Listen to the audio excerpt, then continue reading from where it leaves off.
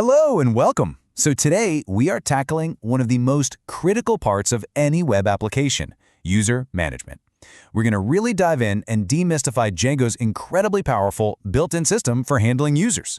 And we'll think about it as what it really is, building a secure, robust front door for your application. So here's our game plan. First, we'll talk about why Django's system is such a lifesaver. Then we'll walk through the essentials. Registering new users, letting them log in, setting rules with permissions, handling those pesky passwords, and then, at the end, we'll check out how to take things even further. All right, let's kick things off with Section 1, Django's Security Gatekeeper. You know, the big takeaway here is that trying to build your own security and authentication from scratch, it's incredibly complex and, honestly, pretty risky. Django's whole philosophy is batteries included, and this is one place when that absolutely shines. So this is it, right? This is the fundamental question every single developer has to answer. The moment you decide to have users, you need a way to know who they are, what they're allowed to touch, and how to keep their account safe. So, how do you build that front door? And here is Django's brilliant answer. It hands you a complete, pre-built framework that does all the heavy lifting for you. Seriously, think of it like a high-security building kit. Django gives you the reinforced doors, the electronic locks, and the entire keycard system right out of the box.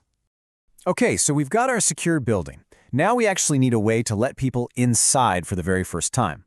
And that's the registration process. It's basically the front desk where new, legitimate users can sign up and get their first official ID badge. Now, what's really cool is how Django breaks this down into a super clear 4-step process. First, you create the form the user is going to fill out. Then, you write the view, which is just the Python logic that processes that form. Next, you build the template. That's the actual HTML page they see. And finally, you connect it all with a URL. It's just a really logical, clean path.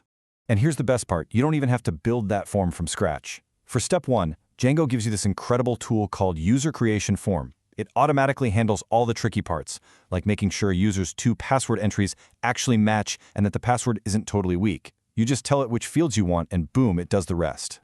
The other 3 steps, just bring it all to life. The view is like the brain. It takes the form data and creates the new user in the database. The template is the face. It shows the form to the user. And the URL, well, that's the street address that makes the whole page accessible so people can actually sign up.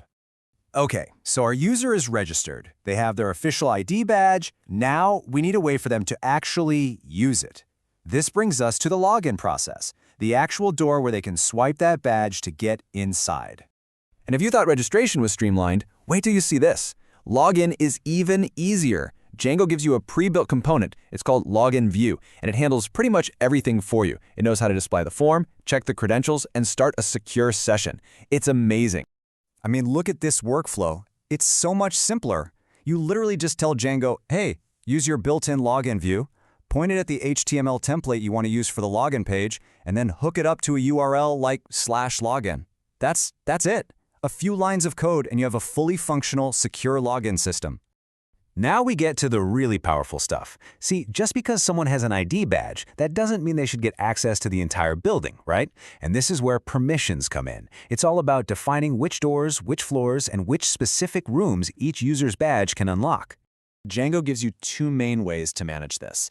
You can assign permissions one by one to a specific user, or, and this is almost always way more efficient, you can create groups. Things like editors or admins, assign a whole bunch of permissions to that group, and then just drop users into it.